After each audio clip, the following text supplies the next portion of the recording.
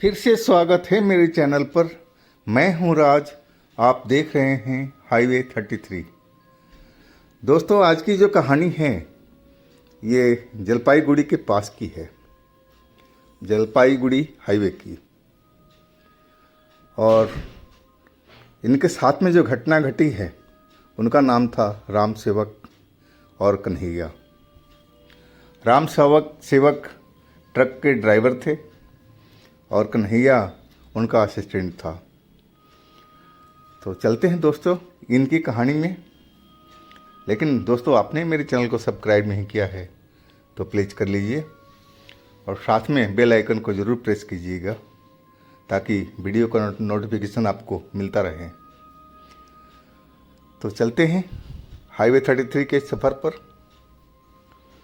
दोस्तों, वो रात बरसात की थी। मैं अपना ट्रक चलाए जा रहा था।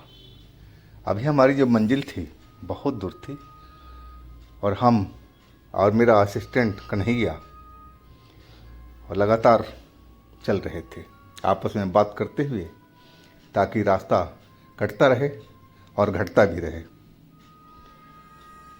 और एक जगह पर बारिश तो हो ही रही थी और एक जगह हमारी जो ट्रक है वो बिल्कुल बंद हो गया।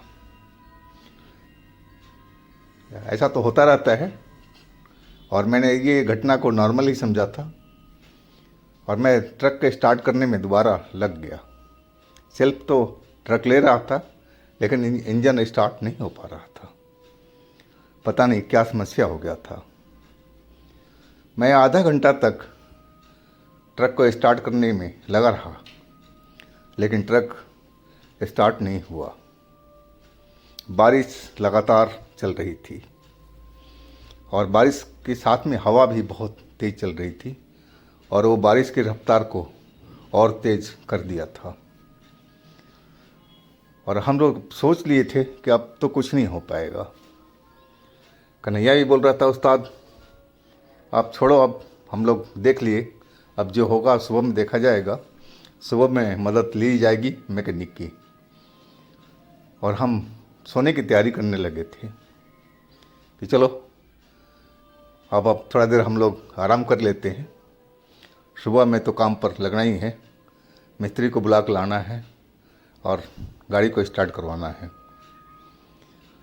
और जैसे ही हम सोने की तैयारी करने लगे और उसी टाइम लगा कि जैसे ट्रक पूरा एकदम हिल गया हो।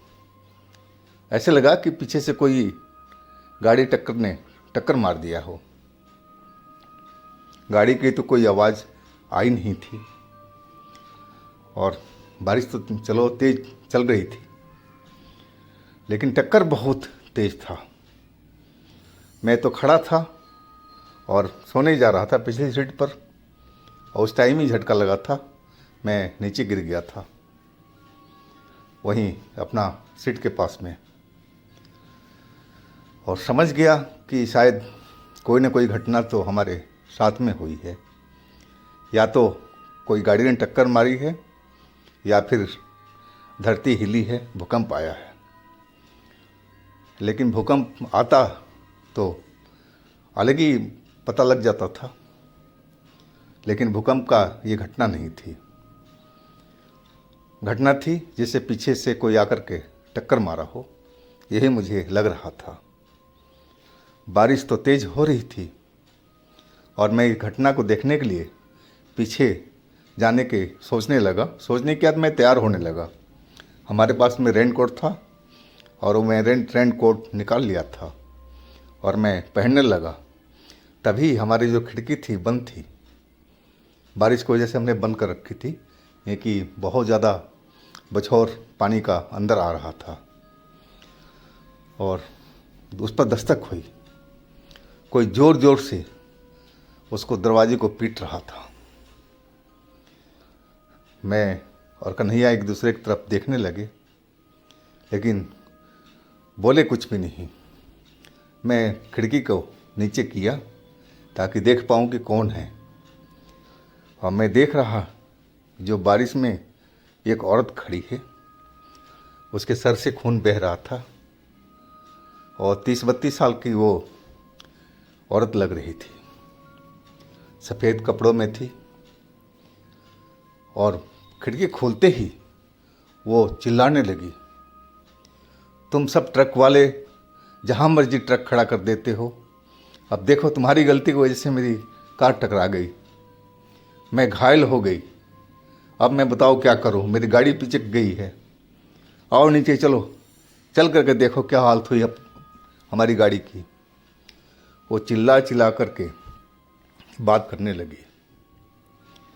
जब वो बात पूरी कर ली, मैंने बोला, बहन जी हमारी गाड़ी तो फुटपाथ पर खड़ी है, मेन रोड आगे रहा। दूसरी बात, हमने जानबूझ के गाड़ी खड़ी नहीं की है, गाड़ी हमारी ख़राब हो गई है, तो हम क्या करें? अगर आपकी गाड़ी ख़राब हो जाती तो आप क्या करती? मैं उसको समझाने की कोशिश करने लगा था, लेकिन वो बिल्कुल भी समझ नहीं पा रही थी और दोबारा वो शुरू हो गई थी चिल्लाना ज़ोर ज़ोर से। और मेरे साथ में कन्हैया जो अपनी सीट पर था, वो इस हमारे बगल में आकर के खड़ा होकर के हमारी बातें सुनने लगा था। और वो बार बार बोल रही थी कि तुम नीचे उतरो और चलो पीछे, देखो हमारी कार का क्या हाल हुआ पड़ा है। कन्हैया मेरा हाथ पकड़ करके अपने साइड में खींचने लगा, उस्ताद थोड़ा पीछे चलो, उस साइड में चलो, आहिस्ता बोलने लगा। यानी कि कन्हैया क्या है, बोल। बोला, उस्ताद थोड़ा पीछे हटो। मैं उसकी बात सुन कर के पीछे हट गया और तभी मेरे कान में बोला कि उस्ताद वो देखो इतनी तेज़ बारिश हो रही है, उस औरत के कपड़े देखो ज़रा भी गीला है, और उसके बाल देखो गीला है कहीं पर, उसका बदन कुछ भी। मैं इस चीज़ को तो ध्यान ही नहीं दिया था कि इतनी तेज़ बारिश हो रही है और वो औरत बाहर खड़ी है और उस बारिश में तो उसको भीगना चाहिए था पूरी तरह से, लेकिन उसको उस पर तो बारिश का कोई असर ही नहीं था। अब तो मुझे लगा कि मेरा दिल तेजी से धड़कने लगा था डर के मारे। तभी कन्हैया बोलता, उस्ताद ये कोई चुड़ैल लग रही है, आप नीचे मत उतरना चाहे कुछ भी हो। वो मुझे चेतावनी देने लगा। वो गांव का रहने वाला था और वो सब अच्छी तरह से जानता कि भूत प्रेत क्या होते हैं, उनसे बचने के क्या उपाय है, वो सब कुछ मालूम था उसे। और औरत ज़ोर ज़ोर से चिल्लाने लगी, तुम लोग उतर रहे हो कि नहीं उतर रहे हो। वो धमकाने लगी थी, नहीं तो तुम्हारा मैं ये गेट तोड़ दूंगी, मैं अंदर घसीट करके ले जाऊंगी। गंदी गंदी गालियाँ जैसी सब वो निकालने लगी थी। और इतने जेंटल लेडी जो थी और उस तरफ के वो बोल रही थी, तभी मुझे और भी डाउट हो चुका था। और दूसरी चीज़ कि उसके सर से इतना ज़ोर से खून बह रहा था, और उतना खून बहते हुए इंसान कितनी देर तक जिंदा रह पाएगा, ये भी सोचने वाली बात थी। अब सारे सबूत तो हमें मिल गए थे कि ये कोई नॉर्मल इंसान औरत नहीं है, ये कोई ज़रूर भूत आत्मा या चुड़ैल है। और डर तो हम दोनों गए थे बहुत बुरी तरह से। कन्हैया घबराया हुआ था, वो बार बार बोल रहा, उस्ताद नीचे मत जाना, नीचे मत जाना, नहीं तो हम दोनों मारे जाएंगे।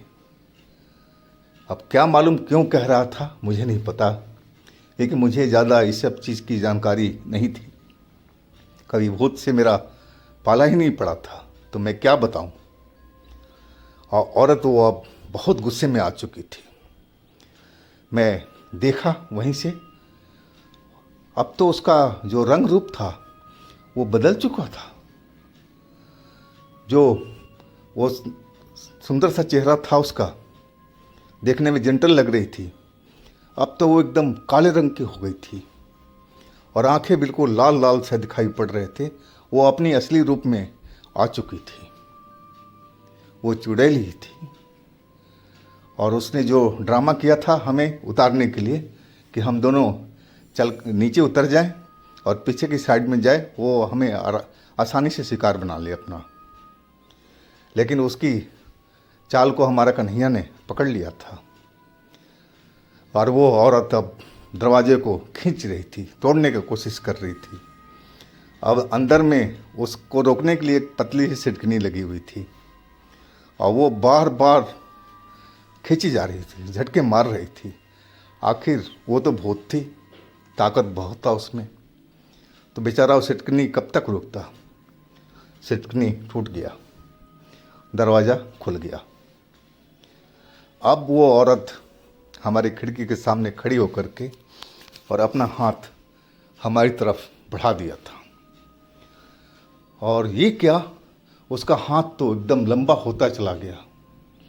हम कोने में दूसरे खिड़की के पास में हम लोग दोनों चिपके हुए थे और वहाँ पर उसका हाथ पहुँच गया था और वो हाथ कन्हैया के गर्दन पर जाकर के टकराया।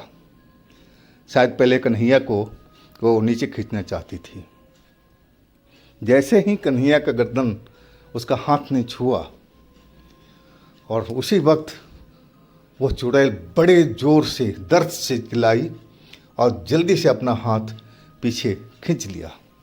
उसका हाथ अब सिकुड़ करके उसके साइज का हो गया था, जो बढ़ा हुआ हाथ था, और रोड पर वो गिर करके तड़पने लगी थी।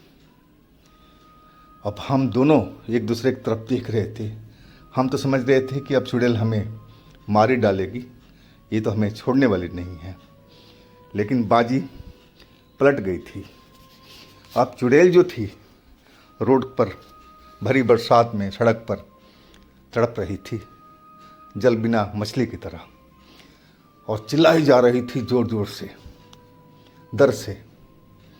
और फिर वो वहाँ से उठी और ट्रक के पीछे की तरफ भाग गई। और फिर हमें वो नज़र नहीं आई, ना उसका आवाज़ सुनाई पड़ा। वो अब गायब हो चुकी थी। हम दोनों डरे हुए थे बहुत बुरी तरह से। हम आपस में बात भी नहीं कर रहे थे, बोला नहीं जा रहा था कि आखिर क्या करें। थोड़ा देर तो हमें नॉर्मल होने में लगा था और इसके बाद मैं ही कन्हैया को बोला, कन्हैया तू ठीक है ना? कन्हैया भी आस्ते से बोला, हाँ उस्ताद ठीक हूँ, भगवान ने हम दोनों को बचा लिया, नहीं तो वो तो मुझे पहले ही खींच रही थी। और तभी मुझे कन्हैया के गले में एक काला धागा बंधा हुआ देखा। यानी कन्हैया, वैसे तो मैं देखता था जब कन्हैया होटल वगैरह पर दोपहर में हम लोग नहाते थे तो उस टाइम मैं देखता था कि उसके गले में काला धागा बंधा हुआ एक ताबीज़ जैसा, लेकिन मैं उसका पर्सनल मामला था, मैं इसलिए कुछ पूछा नहीं था, कोई भी ज़रूरत नहीं समझी थी। और मैं समझ गया कि ये सब इसी ताबीज़ का असर है जो कन्हैया के गले में बंधा हुआ है, क्योंकि उसका हाथ जो पहले पकड़ा था कन्हैया का गर्दन ही पकड़ा था और उसी टाइम उसको जैसे हाई वोल्टेज का करंट लगा हो और छटपटाने लगी थी वो दर्द से, और उसने अपना हाथ खींच लिया था। मैंने कन्हैया से पूछा, कन्हैया ये तुम्हारे गले में कोई ताबीज़ है, क्या है ये? बोला, हाँ उस्ताद ये ताबीज़ ही है और मैं बचपन से ही पहनता आ रहा हूँ। पहले मुझे बहुत डर लगता था और भयानक भयानक सपना देखता था, तो मेरी माँ एक बाबा से ताबीज़ बनवा के लाई थी और तब से अभी तक मैं इसको पहनते जाता हूँ। धागा जरूर टूट जाता है, नया धागा काला लगवा लेता हूँ और अपने गले में हमेशा पहन कर रखता हूँ। अब मुझे तो समझ में आ गया था कि सब ये जो बचाव किया था सारा, ये कन्हैया के गले में पड़ा हुआ ताबीजी था जो हमारी रक्षा किया था। अब हम समझ गए थे कि जो हमारा ट्रक में धक्का लगा था, एक्सीडेंट का जो वाहन था, वो एक तरह का छलावा था, ताकि हम लोग कंफर्म हो जाए कि वाकई में पीछे से कोई आकर के और हमारी गाड़ी में ठोका है और हम लोग नीचे उतर जाएं। ये औरत की, वो चुड़ैल की एक चाल थी, छलावा था कहा जाए तो। और ये भी था कि जो हमारी कहीं गाड़ी खराब हुई है कहीं इसका ना हाथ हो। अब मुझे 100% लगने लगा था और मैं जल्दी से अपने ट्रक की स्टीयरिंग की सीट पर आकर के बैठ गया और चाबी लगा के जैसे ही स्टार्ट किया, दूसरे ही बार में सेल्फ लेते ही गाड़ी मेरी स्टार्ट हो गई थी।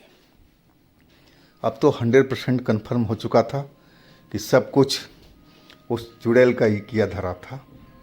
उसने ही सब कुछ, ये मेरी गाड़ी भी ख़राब किया था और ये जितने ड्रामा रचे थे सब उसी ने हम दोनों को मारने के लिए ही रचा था। अब फिर तो हम उस जगह पर रुके नहीं, हम उस जगह को छोड़ चुके थे। बारिश अभी भी चल रही थी और हम अपने मंजिल की तरफ बढ़ने लगे थे। उस एरिया में हम बिल्कुल रुकना नहीं चाहते थे। तो दोस्तों, ये थी राम सेवक जी की कहानी और कन्हैया की। अगर आपके पास भी अपनी कोई आप बीती है, कोई घटना है, तो हमें इंस्टाग्राम पर या मेरे व्हाट्सएप नंबर पर शेयर कीजिएगा। मैं आपकी आप बीती को एक कहानी का रूप दूंगा और अपने चैनल पर डालूंगा उसको एक कहानी के रूप में। और दोस्तों, मेरे दूसरे चैनल पर भी जाइएगा, उसमें भी अच्छी अच्छी कहानियाँ अपलोडेड हैं। देख करके सुन करके बहुत मज़ा आएगा, आप लोगों को आनंद आएगा कहा जाए तो। चैनल का लिंक मैं नीचे डिस्क्रिप्शन बॉक्स में डाल रखा हूँ, एक बार आप लोग ज़रूर विजिट कीजिएगा। फिर हम दोस्तों मिलते हैं अगले दिन एक नई कहानी के साथ में। आप लोग अपना बहुत ही ख्याल रखिएगा। नमस्कार।